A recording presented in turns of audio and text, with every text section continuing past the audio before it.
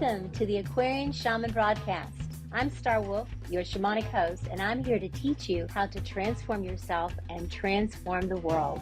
Twice a month, we'll be exploring how to develop shamanic psycho-spiritual practices to support transformation while expanding your energy field in a way that can also support others. Each episode offers dynamic experiential guidance and teachings on how to safely enter a natural altered state of consciousness using the sacred breath. Additionally, we will discuss the importance of integration and grounding this medicine into your everyday life. Stay tuned. We're about to create authentic, embodied change that will surely grow corn for the future generations.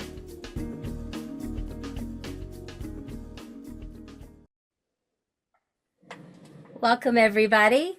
I have some smudge here, a little bit of sage burning, and just bringing the energy of transformation.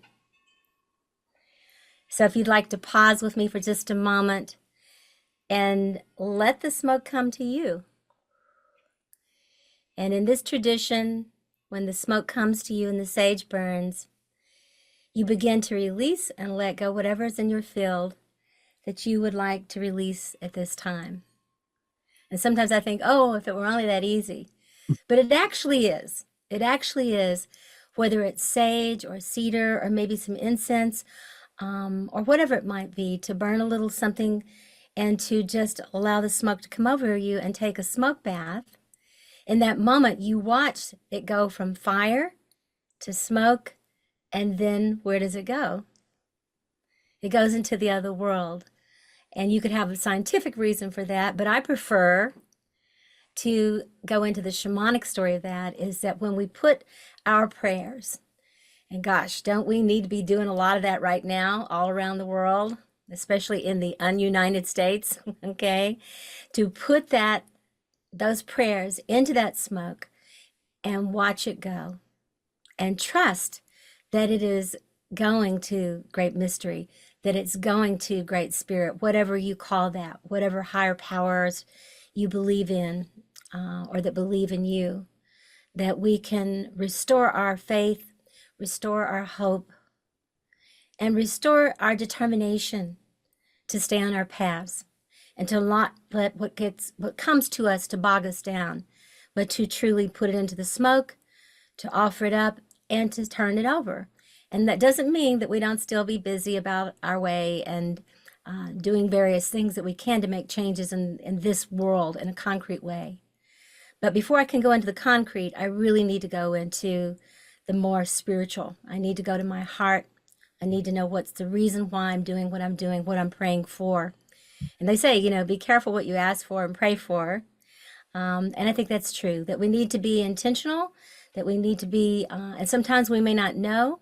So I have a little safety net, Nita, and that is this or something better. So for me, I figure the universe is hearing me and they're going, oh, that's cute, that's sweet, but this will be even better. So I default and say to the universe, this is what in my highest mind I can imagine, but if you've got something better, I trust that.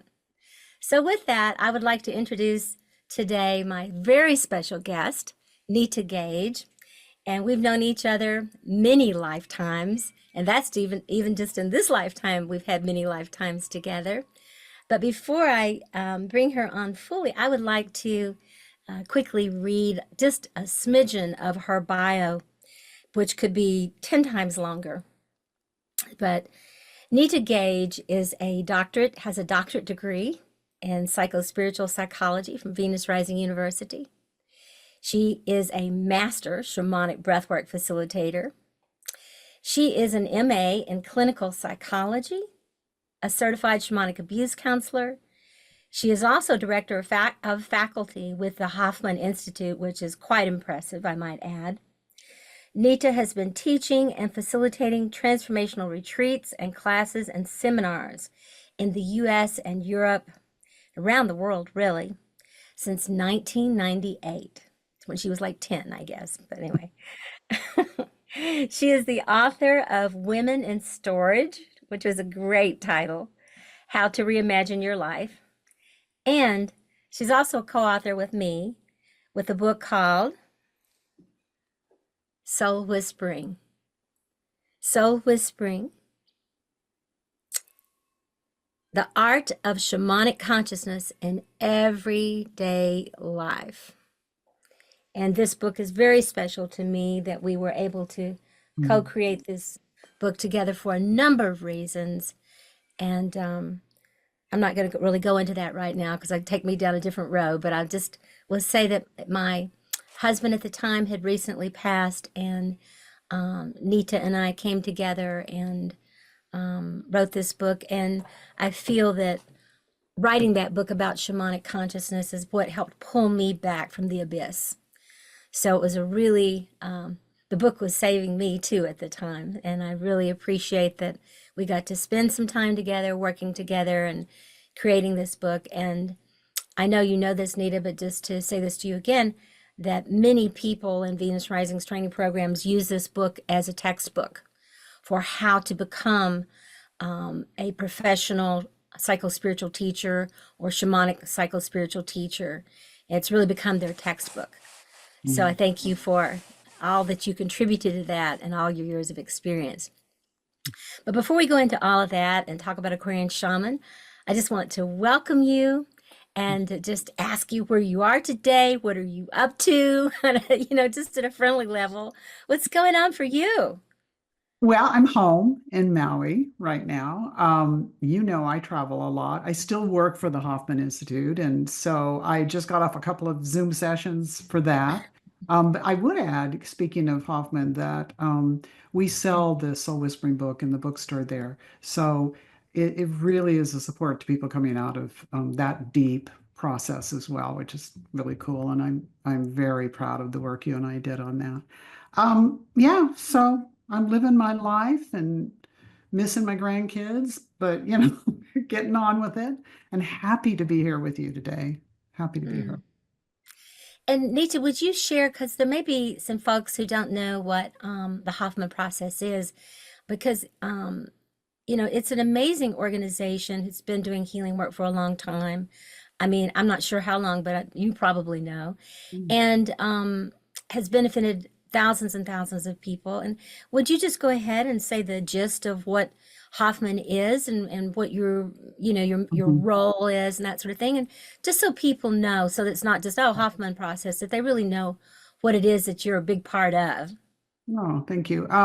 Yes, it's over 55 years and it's actually in a few countries around the world, the biggest organizations in America, but it's one of those transformational week-long processes that grew out of work from the early 60s. There was a lot of them, but the Hoffman process kept going. Um, and it's 1 week long. You can go in Connecticut or in Canada or in California. It's deep personal transformation based on the notion that we develop coping strategies as young children to fit into our family, our culture, which is really pretty much defined by our parents at a very, very young age. It's sort of pre-verbal. We develop these coping strategies, and then over time we get really entrenched in them and we think they're our personality. And at some point, they're not working anymore. And so that's kind of the basis of what happens. And then it's a deep dive into unlearning and finding out who you really are from a spirit level. Um, I like to say, from my perspective, that it's its own version of a shamanic journey. Yes, it It's a sounds like a huge soul retrieval. Totally. I often use those terms, and it's really helpful to a lot of people that it's really going back and understanding who those lost soul pieces are and who you are with those lost soul pieces, but then stepping into big responsibility and being a grown up, which I think Mm. this world really needs. I think for me, if there's an elevator speech, that Hoffman process is about growing your ass up and taking responsibility and stop whining about what you didn't have the perfect childhood or whatever it was. Now that's a little facetious, but there's some Yeah, truth to that. But before you can really do that, this story, before you can do that in any kind of family of origin work, you have to first allow yourself to feel the pain, right? And right. this is what shamanic breath works about. It's what family of origin works about. You feel the pain and then you go into the forgiveness for Yeah, yourself. there's no spiritual bypass really. I mean, people can go into it and maybe feel kind of feel good for a while with that, but eventually we plummet even deeper if we try to bypass our childhood wounds. And with Stan Groff and Jackie Small's work, even if we bypass our womb issues and of how we got born, Right, our womb was our original home. And so it goes even further back than actually what happened after we've come out. So right, and who knows, in past lives too. And, the shamanic world embraces all of that, doesn't it? right, And, I appreciate that Hoffman, really specializes in dealing with that early childhood wounding because that seems to be what actually contributes and creates a so-called shadow that's become quite popular. People talk about these days through Jungian psychology. And it's become quite, I guess you could say popular, and faddish and that sort of thing. It's some way to do shadow work. But the reality is that we really can't do shadow work if we don't do inner child work, right. because that's where the shadows initially, maybe past lives too, but in this lifetime, that's where they really were generated at the beginning. And since we, in the womb and being born in our childhood and adolescence, etc. So anyway, I was looking around here. I had a little piece of paper up here.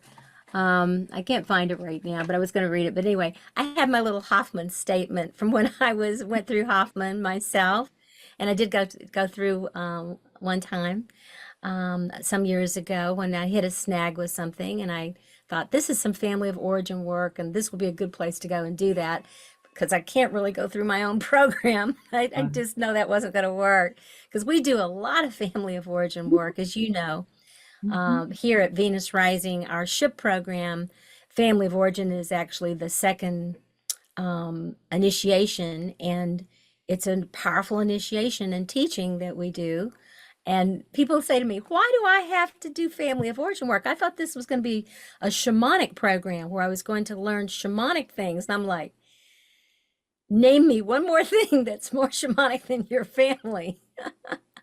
Even if it's the most wonderful family in the world. What's Right. more, what could possibly more shamanic than being in your mama's womb, coming out, your birth process, and then from then on through your childhood to your adulthood? So I don't know that that many programs really, Nita, like Hoffman and like Venus Rising. Really don't know that many kind of transpersonal Hmm. or shamanic programs that really require people to deal with their family stuff. But I think we could look actually at the political world right now and imagine the childhoods of those people. I'm not going to say more. I don't want to go down that rabbit hole, but I'm just saying I just like to do family of origin work and shadow work and breathe them all and have them all beat on mats at Hoffman and come and breathe at Venus Rising and just see if that would make a difference. Well, I think it would. I mean, I think that I mean, it's the dream, and Hmm. oh, you've had people come through. I'm sure it's changed their political views or their, and it's not even about, yes, I don't want to go down the political road. It's really more about how you treat people, how you treat each other. Right. If there was ever a time where Gandhi's be the change you want to be is important, it's the one person, one breath at a time, one person at a time. Now, that's all I can do. I mean, that's my bit in the world as I get older and older. As I say to my 40-year-old friends, it's like, no, I'm probably not going to go march in the street. I did that. Did that, right? That's your turn. It's your turn, Hmm. and I'm sorry you have to do it now. But what I think is even more important is I've really been noticing the reluctance, the people that are reluctant to do their own personal work, and how much more pain that creates. And I have compassion for that. It's a journey. And it's not only, you do your family of origin work and then disseminate your deconstruct your personality, and then who am I? And Yeah, then it's a the real shamanic work, death, isn't it? It's an exactly. It is like a ego death. death. That's why people don't, I get it. And then now you have the ego death, now what? Well, then the work begins of really trusting your own inner wisdom, your own inner shaman. I mean, and I really learned that term from you, the inner healer, the inner shaman. It applies everywhere. and that we, every single moment's a choice. Just like you wake up in the morning, you could be in the worst mood. Yeah, light the sage and choose Mm. something else. I learned that from you too. And every time I light sage, I think about that. Like, Ah. know that you've got choice. And there Mm-hmm. are, and also to understand, there are times where life is really super painful. Mm-hmm. Things are really bad. Maybe there's been a death, or maybe you're going through a serious illness yourself, or a breakup, or all that, or poverty, whatever it is, just really lost. And you can't, well, you can try to distract and avoid that. Yet if you just go through it, what's that saying? If you're in hell, just keep going. Yeah, it's like, Right. right, you I gotta say keep take a deep going. breath. Yes, exactly. Because Take a deep breath. you got to Take a push deep through it. breath, exhale, and keep going. This is what breathwork does for you, is to Mm. take to wherever you are and keep going. And it's so powerful, isn't it? It So is. It's very powerful. Nita, I was going to show you a couple of things here I thought you would get a kick out of. And first of all, I wanted to mention um, really how important that you have been in my life and so many things, but just I just pulled out just a few pictures, Nita. This first okay. one I thought you might really get a kick out of. Now, for the folks who are on here, this is my late husband with the blonde wig. Of course, it's Oh, Nita. And then there's Jeff Berger, who's a psychiatrist. So all three of these people are professionals. oh my. Yes, I remember that. Speaking of shadow work, there it is. Like, Right, right. One of the things that we do at Venus Rising is we do a process called SHIP, and one of the initiations is that, well, the family of origin, but the other is another one is also the shadow. And I'm not sure what you were in this photo, but who Nicholas, I knows? mean, not Nicholas, but Brad with that blonde wig, he looked quite pretty, don't you think? He's quite fetching. He Yes. did, quite fetching. And then, of course, Jeff had to stick his head right in there at the last minute. But Yeah.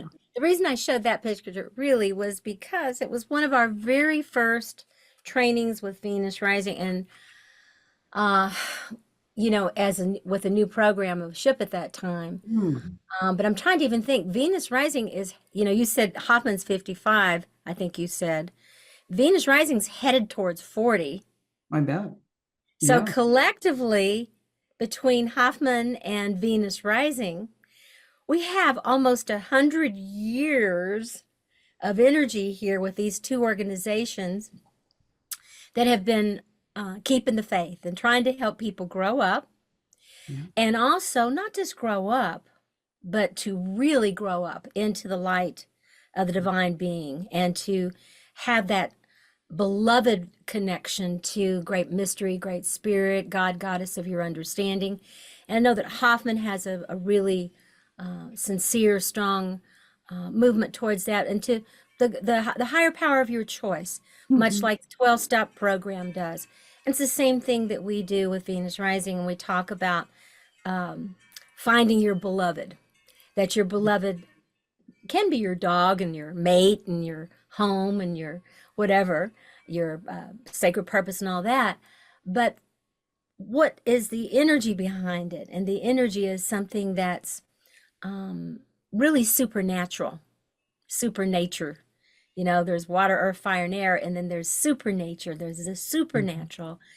And that when we lose touch with the supernature or the supernatural spirit, something bigger than ourselves, there's a way in where, especially things like that's going on in the world right now, there can be a real sense of hopelessness. There Right. can be a real sense of despair, fear, rage. And those emotions are all valid. They're all important. We're not trying to spiritual bypass. We're not saying that those are bad feelings and we shouldn't feel them. But I know that we also don't want to walk around carrying that all day long, every day. That's why we breathe. That's why we beat on the pillows. That's why we do the work to really do soul retrieval and extraction work, to let go of energies that are attaching them to ourselves. So when you have organizations like Hoffman, like Venus Rising, um, there's really, a meaning to everything that we're doing. Mm, There's a map, and we're looking to take people on a journey to help them go through a symbolic death and rebirth. hmm hmm And that's, again, you've been there from the beginning when we first um, started doing this. So I'm going to back way up for a moment. Okay. I'm going to back way up if you don't mind. Um, Gosh, I don't know how long this was. Maybe you'll remember meeting, our first meeting. And I believe it was in Dahlonega, Georgia, at It Eusychia. was actually in Park City, Oh, was Utah. that the first one?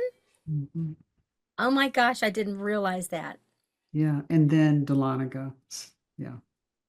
And you had an amazing experience at Dahlonega, Georgia. First, for people who do not know, Nita and I met at events that were sponsored by Eusychia Institute, it's no longer a functioning institution.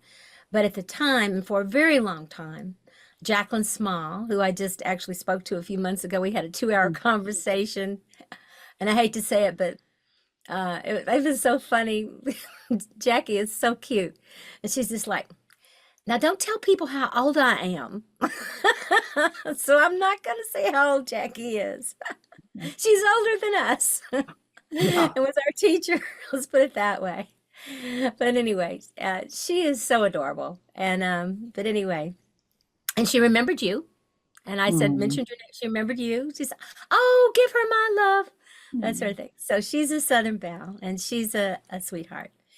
But Jacqueline is also an incredible mystic. Incredible mystic. And if she called people to come, they would show up. Jeremiah, Abrams, who wrote The Shadow, showed up. Marion Woodman, mhm, wonderful mhm, teacher, showed up. Ram Dass, she said Ram Dass, he came. Anybody that she would invite, they loved her and they would come and be with us. And we were so fortunate to have that. But during the time that, I would call it for me, I was doing deep levels of healing during that time. And I loved it because she was the first person that I ever heard say, um, the teaching is the healing and the healing is the teaching. And because I felt like I was really messed up, and I kind of was, even though I was a therapist.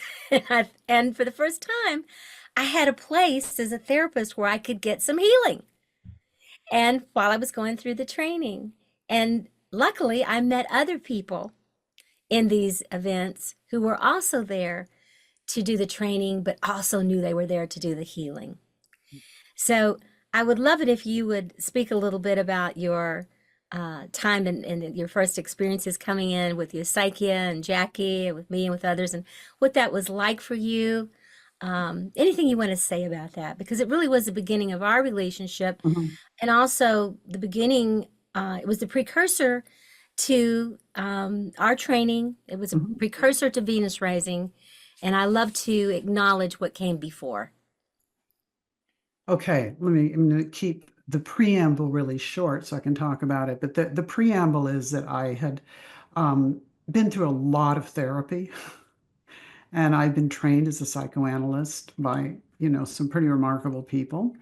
And then I went through a very difficult time in my life, really like rock bottom depression that had to do with a custody battle that was just horrendous. And so that's what brought me, I mean, literally crawling on broken glass to Eusychia, and then to the second time when I came back, when I had you as the teacher. Um, it was, I remember sitting in an opening circle, just really talking about, people were talking about, oh, I'm so happy to be here, discovering this and that. At least this is my memory of it. And they all seemed so buoyant. And I was like, oh my God, I just hate myself and I want to die. That's where I was, right? Yeah, And so it was a 2 week program, by the way. right. Amazing. Nobody would do that these days, but it was 2 weeks. Um, I went through many remarkable and many healing experiences with you. But I think the most profound one was a very shamanic experience of finding our power animals. Mm. He just led us on a really lovely journey with drumming to discover our own power animals. And I I think I already had it a lot in my body, indigenous, especially Native American teachings. Um, so Yes, say something about that, about your childhood there.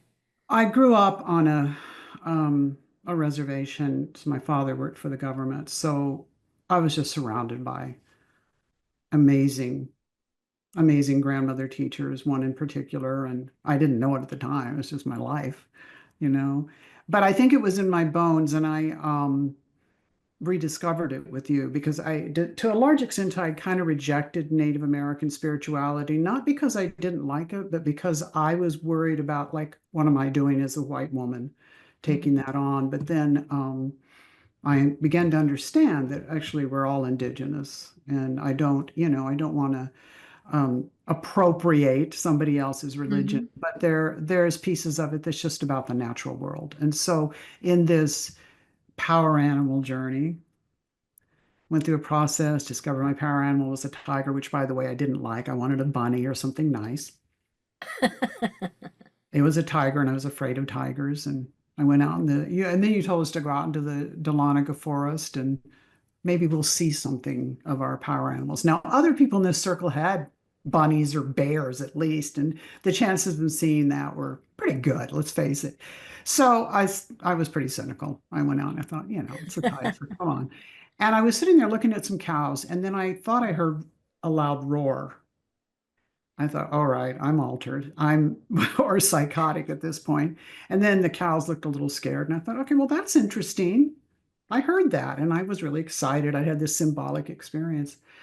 Um, to cut it short, I later discovered in Circle, when we were discussing our processes, that in fact there was a tiger loose from a recent circus that had gone through. There was a tiger in the area, and while that's profound and You can't synchronous, make this up. you can't make this stuff up.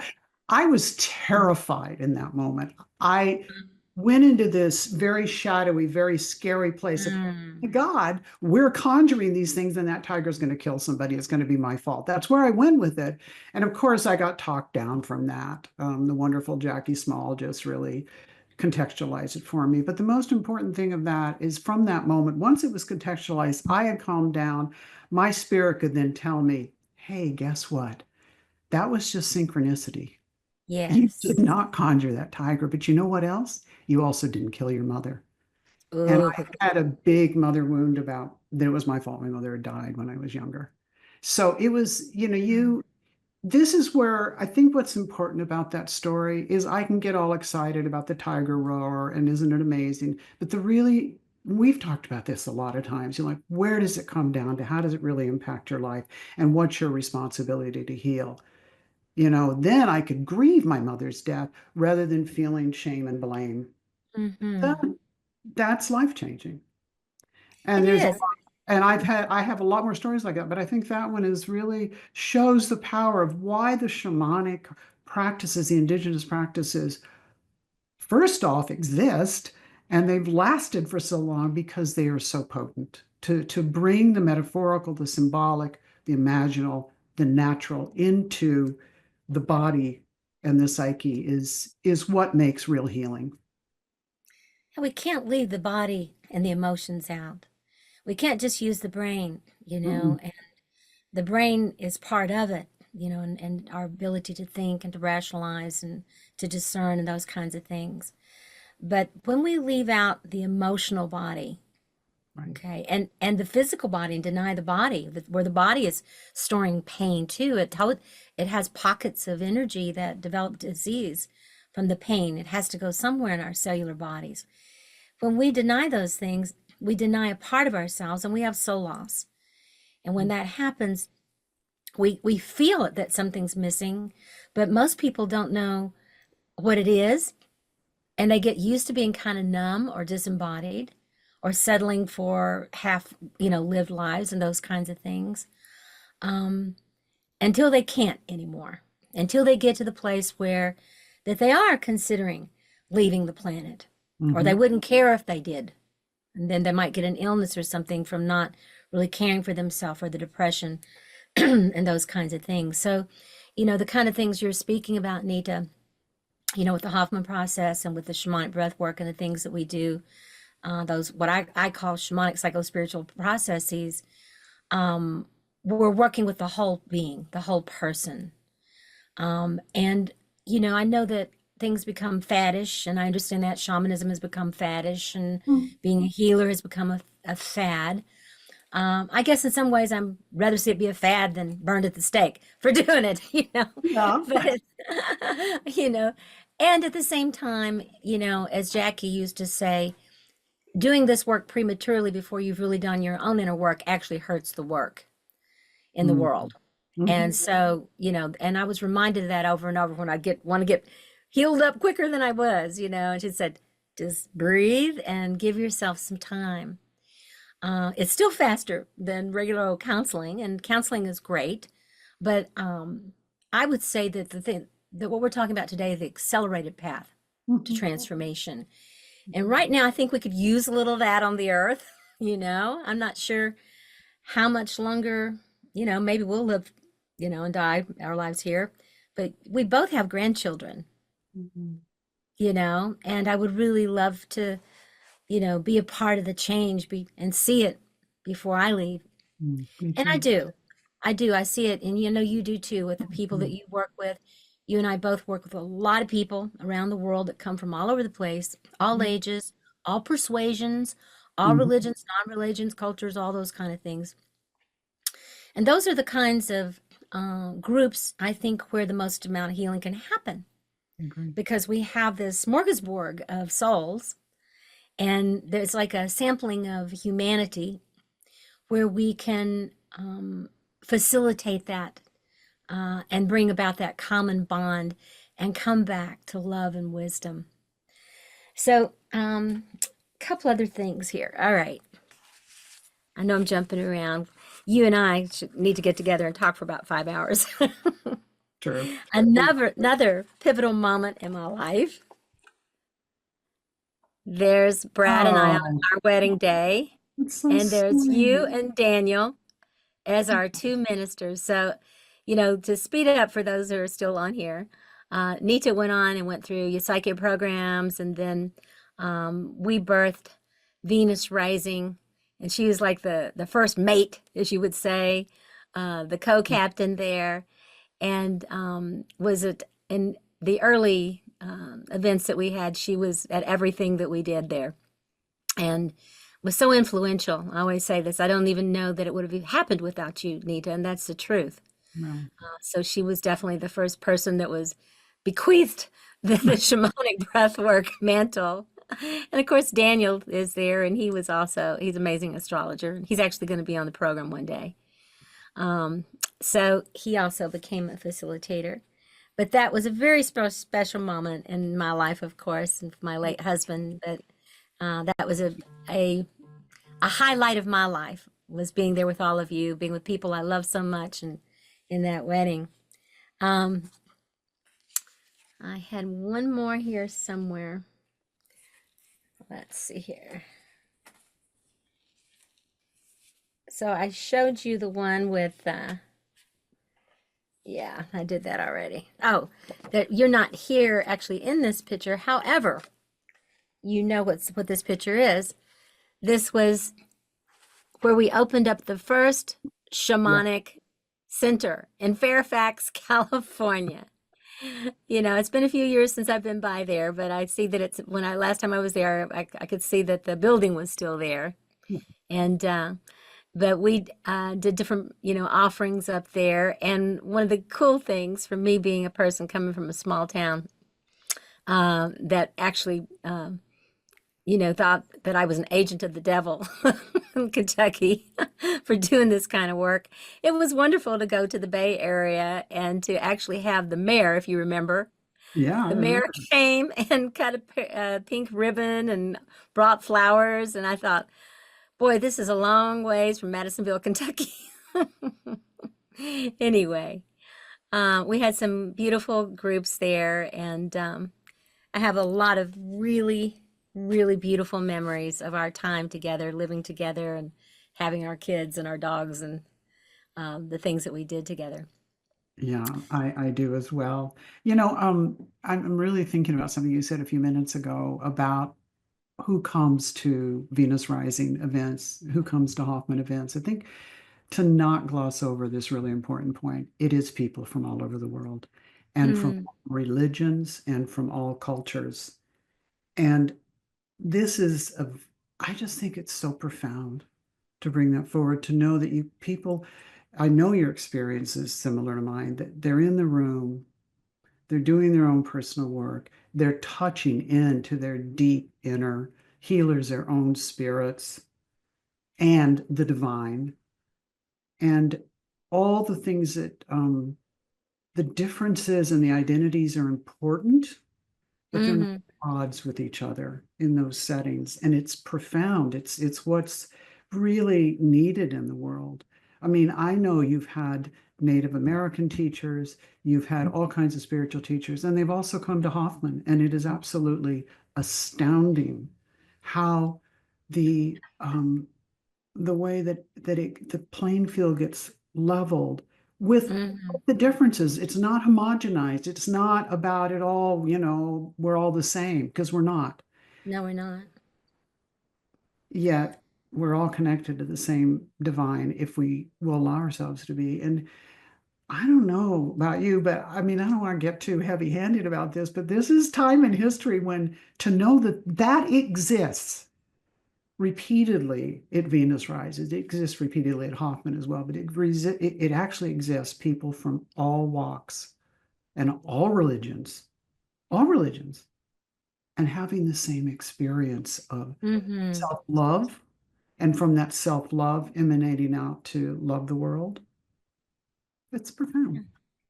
It's Thank you, Nita. I mean, just saying that and hearing you say that, for me, it just is really touching to me. And as simple as it sounds, it is profound, mm, and you were talking about all people from all different places around the world. And, I just wanted to hold this book up too. This is the Aquarian Shaman, and mhm, you're featured in this book as well. And it says, walking the spiral path of transformation.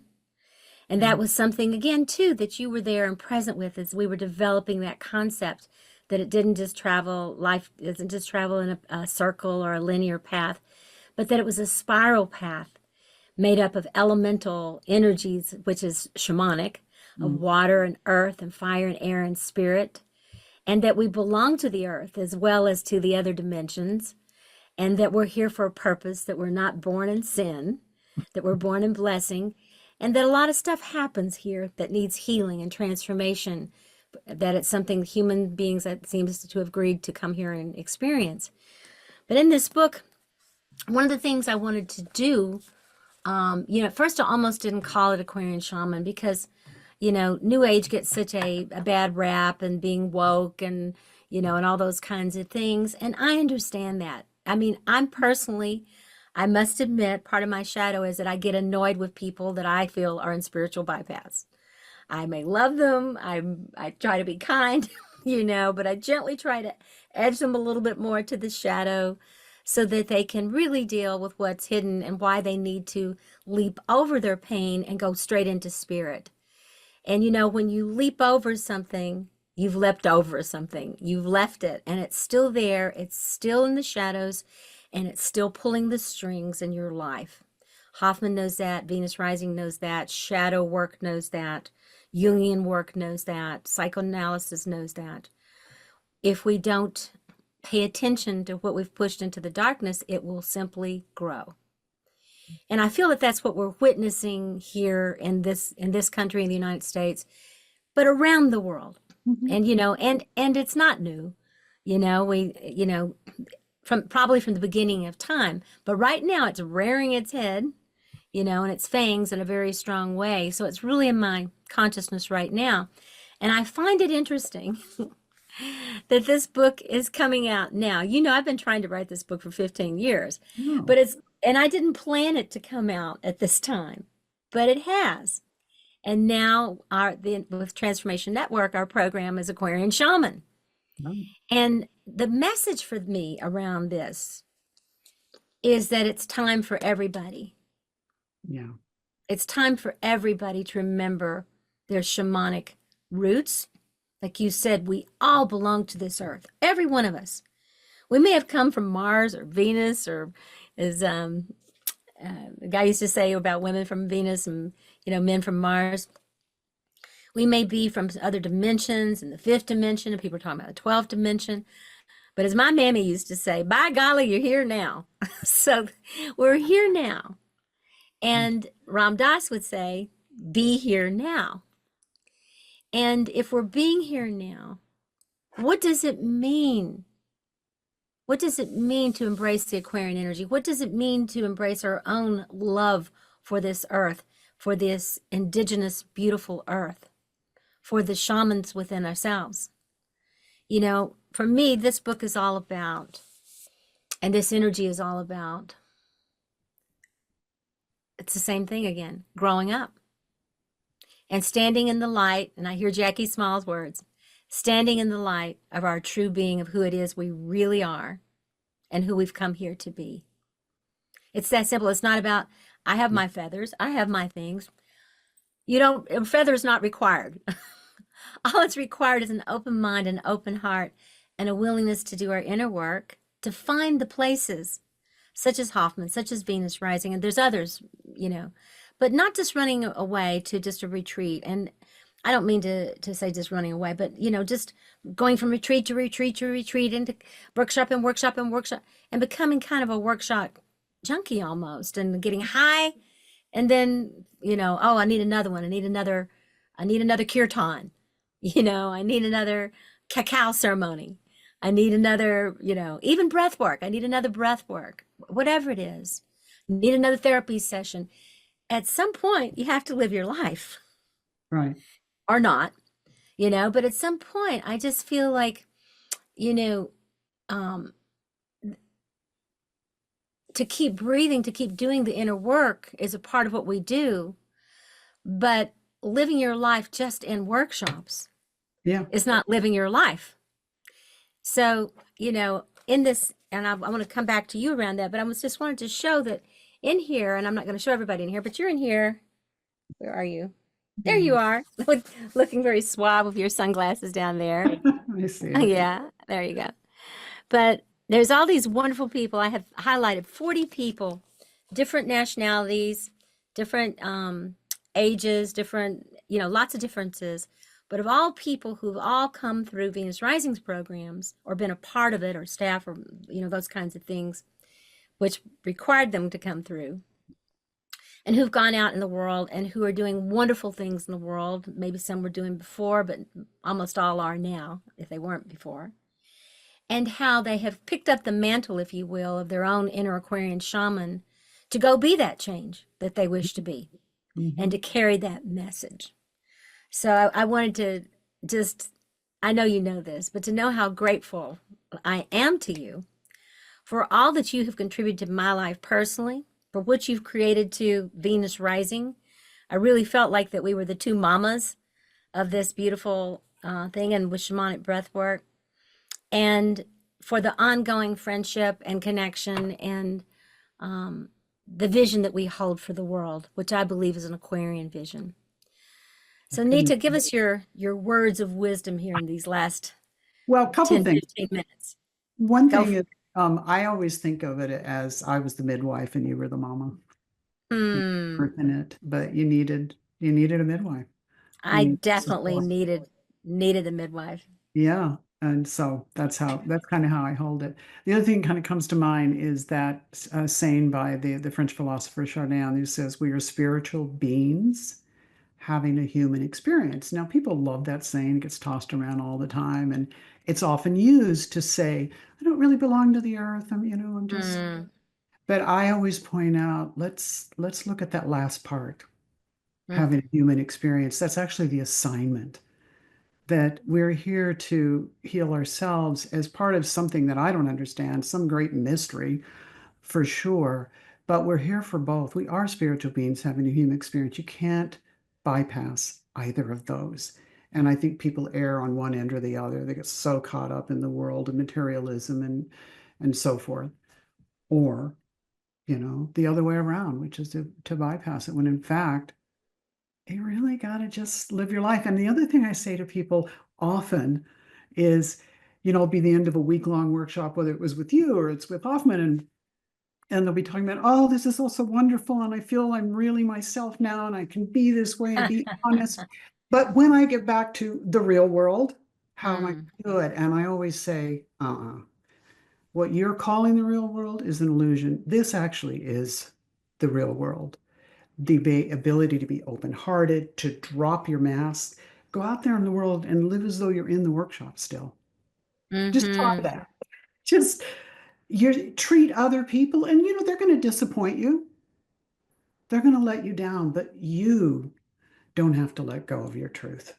Just keep walking it, right? It's like Mm. that's the problem with going to a lot of workshops. You think there's that, or dare I say, I love people who go to Burning Man. Some of the closest people in my life go to Burning Man, but there is something about you can do that for one week. How about you take that, all that's good about that, and live it all the time?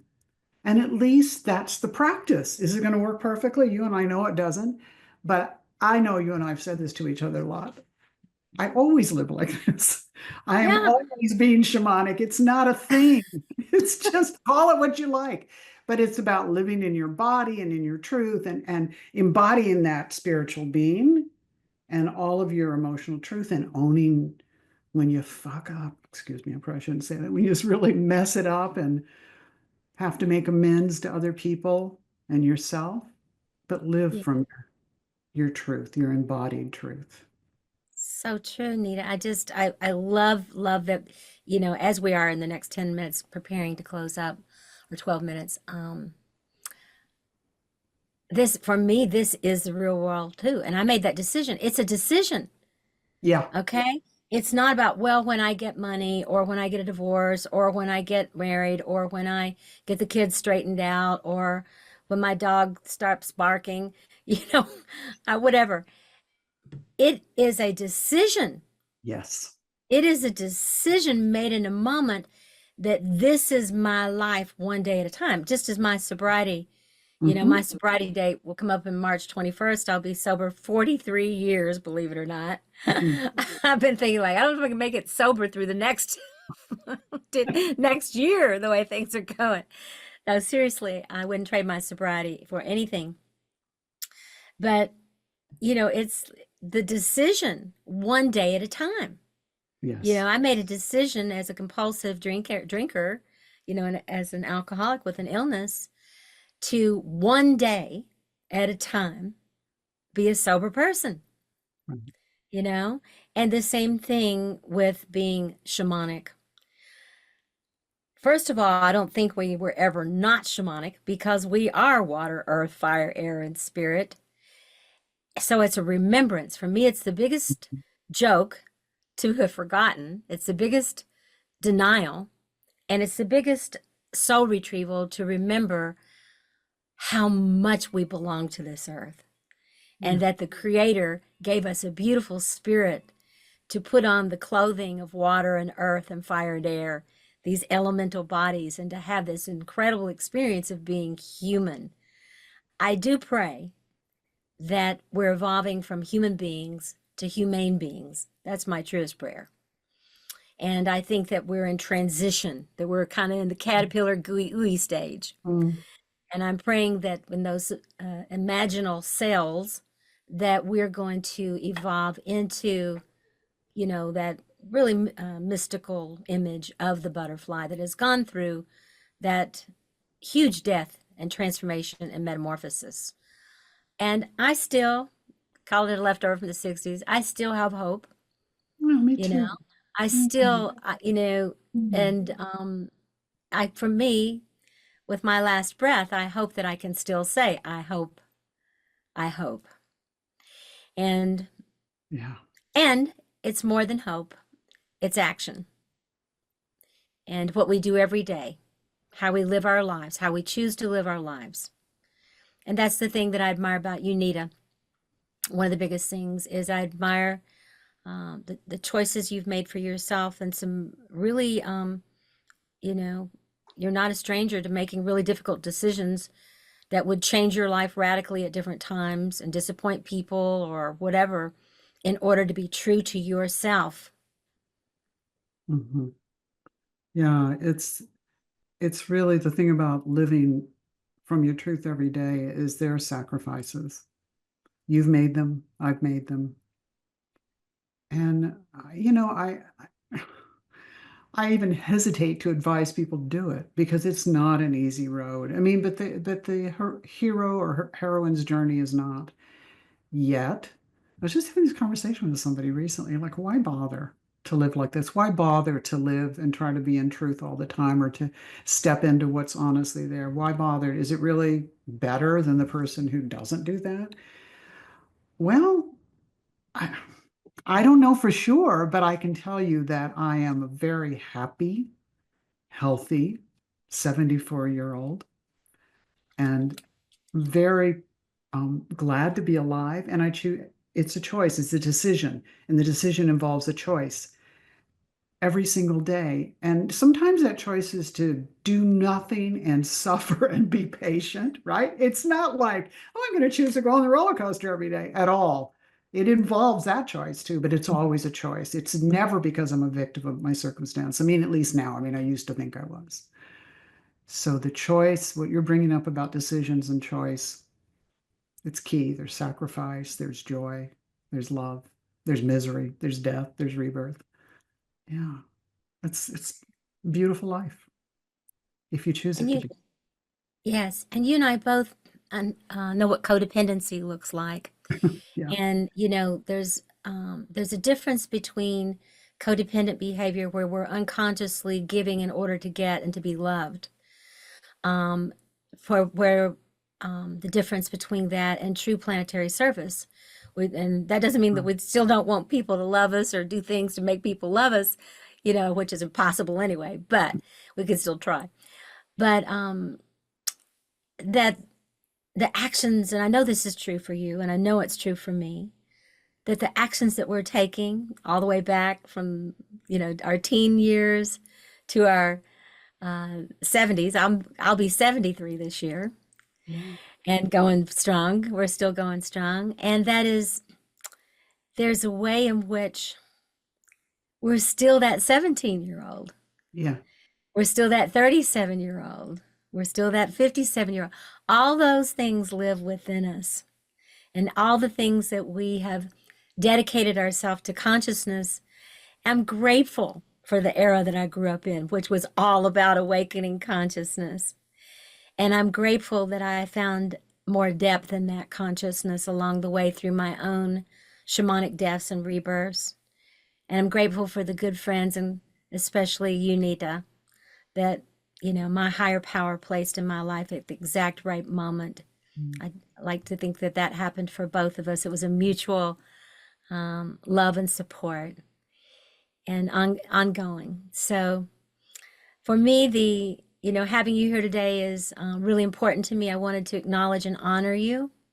There's no one really, quite honestly, other than, you know, my immediate love and family that you're right there with that in my world. And so I feel so fortunate to know you. And I thank God that our paths have crossed and will continue to cross. And yeah, you're an Aquarian shaman, Nita, if anybody is. And I thank you love for that. that. I'm so grateful to be here with you right now and throughout our life. So thank you so much for having me and having me in Mm, your life. mm, beautiful. Nita, is there anything else? I'm gonna put you on the spot here, but maybe close your eyes for a moment. If you had something else to say to the world as an Aquarian shaman in this last 2 minutes, yeah, just drop in for a minute. That's what you would say. Now, so what comes up is you keep going. It gets better. You'll get through your life. If there's anyone out there that's feeling that It's not worth it. It is. Constantly be true to yourself, come from love, and stay with the pain without wallowing in it. And allow, Hmm. no, it does get better. It gets better. There is happiness out there for you if you want to choose it. Thank you, Nita. I love you Love you so too. much. Thank you so much for being here. Thank you for being Aquarian shaman and all that you are. And I just want to acknowledge again that this is the Transformation Network, that this is the Aquarian shaman, and that I feel so honored and privileged to have this beautiful friend and soul here. I hope you will follow Nita Gage and find out where she's going to be and what she's doing, and connect with her. And I look forward to hearing from you as well. Shamanicbreathwork.org, Venus Rising, and blessings to all. And may we all remember that we all have a shaman within, an Aquarian shaman within. And this is the time to wake it up. Thank you all so much for showing up today. This is Star Wolf, and you've been listening to the Experiential Aquarian Shaman broadcast. Transform yourself, transform the world. Join me every second and fourth Tuesday at 2 p.m. Pacific on Transformation Talk Radio to awaken your inner Aquarian shaman. Never miss an episode. Subscribe to my channel and connect with me on social media at Linda Star Wolf. For more information about my offerings and trainings, visit shamanicbreathwork.org. Thank you for taking this special time to journey with me.